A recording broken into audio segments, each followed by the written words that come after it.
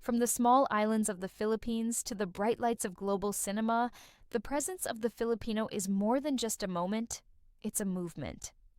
Filipino culture is making its way into the global spotlight, not just through our food, music, and people, but also in the world of movies. Hi, I'm Bianca and welcome.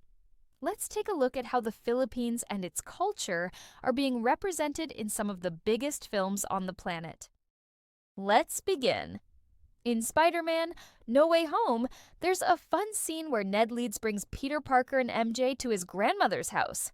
That scene, totally Filipino. Ned, played by Filipino-American actor Jacob Batalon, has a lola, that's the Tagalog word for grandmother, who speaks Tagalog and even tells them to clean up after the multiverse mess. In Big Miracle, a film about rescuing whales trapped in Alaska, a quick news segment shows a Filipino reporter delivering the news in fluent Tagalog. Yup, that's representation, even if it's just a few seconds. Filipino naguulat para sa Barrow, Alaska.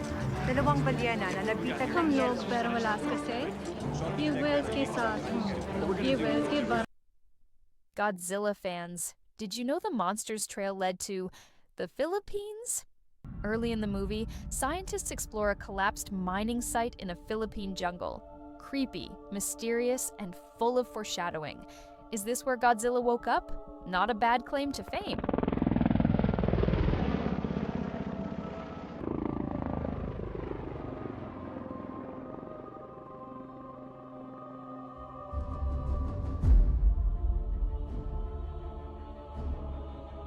Here's a sharp one. In Kick-Ass, Hit Girl uses a weapon that looks a lot like the Bali song, a traditional Filipino butterfly knife, sleek, stylish, and deadly, just like its origin. Wow. Wow, Dad. Okay, pop quiz. What's the proper name for one of those? Easy, Balathong. It's Filipino. Ask me another. Excellent, good. The AR-15. In the comedy film Big Stan, Rob Schneider's character learns how to defend himself before going to prison. One of the martial arts he trains for is Filipino Kali. Krav Maga, Muay Thai, Savat, and Filipino Kali. My favorite. Ooh, wow. In the film The Death of a Unicorn, starring Jenna Ortega and Paul Rudd, there's a surprising line that caught the attention of Filipino viewers, especially the Caviteño. What the move is. For centuries, Caviteños of the Philippines have carried on a tradition of burying their dead inside trees. And the elder is ready. They venture into nature to select it themselves. Let's go back to 1996 with the sci-fi comedy Mars Attacks, directed by Tim Burton. When a farmer approaches Mr. Lee, a Filipino character on that scene, let's watch it.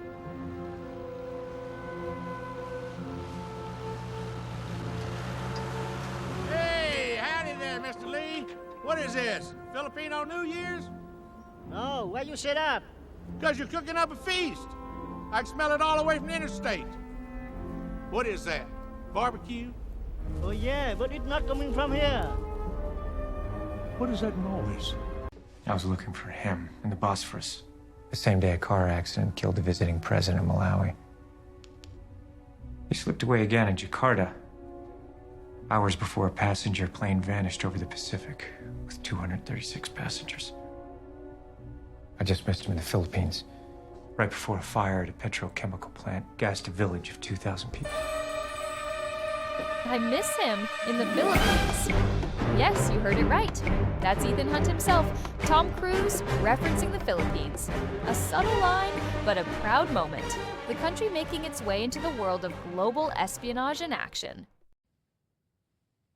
In the 2005 action rom-com, Mr. and Mrs. Smith, John Smith, played by Brad Pitt, is hiding out after a deadly shootout. His best friend Eddie, played by Vince Vaughn, makes this line in passing. Maybe he's Filipino. Little thing. $1.10, $1.15 tops. Maybe he's Filipino. I'm not even sure it was him.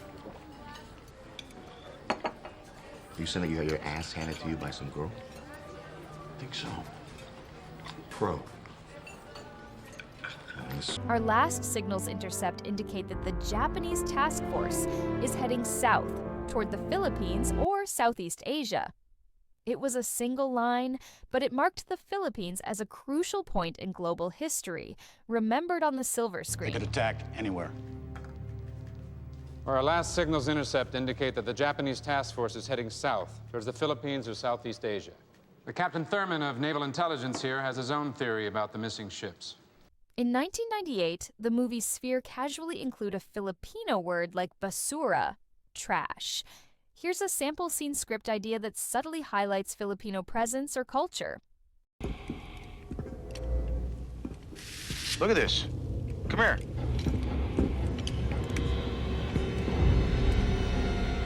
Trash. Basura. Trash.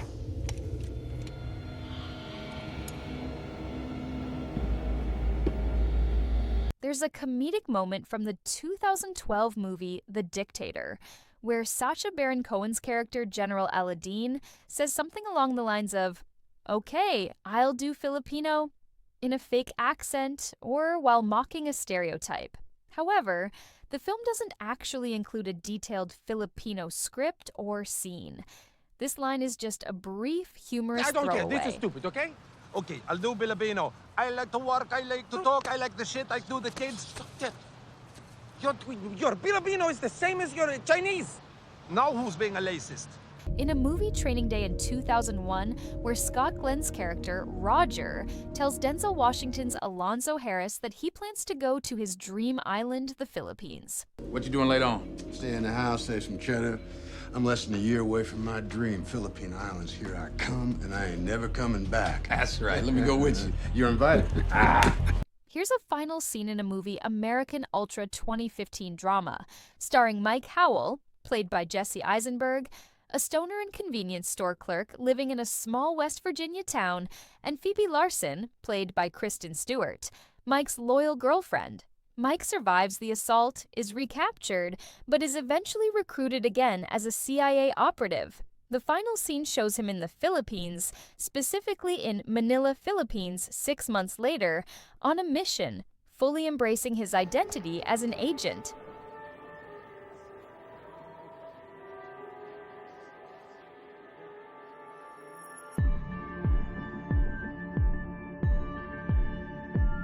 The Bourne Legacy, 2012, starring Jeremy Renner, Aaron Cross, and Rachel Weisz, Marta Shearing. Okay, on site where? Where we hold the virus? Yes. Yeah, well, we can't drive there. Where is it? Manila. The Philippines. And who could forget? The film with scenes shot right in the heart of Manila, jeepneys, traffic, and even local side streets take the global spotlight.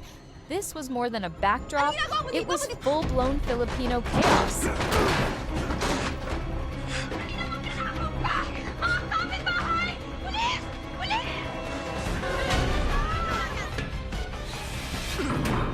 Go, go! You ready? Let go!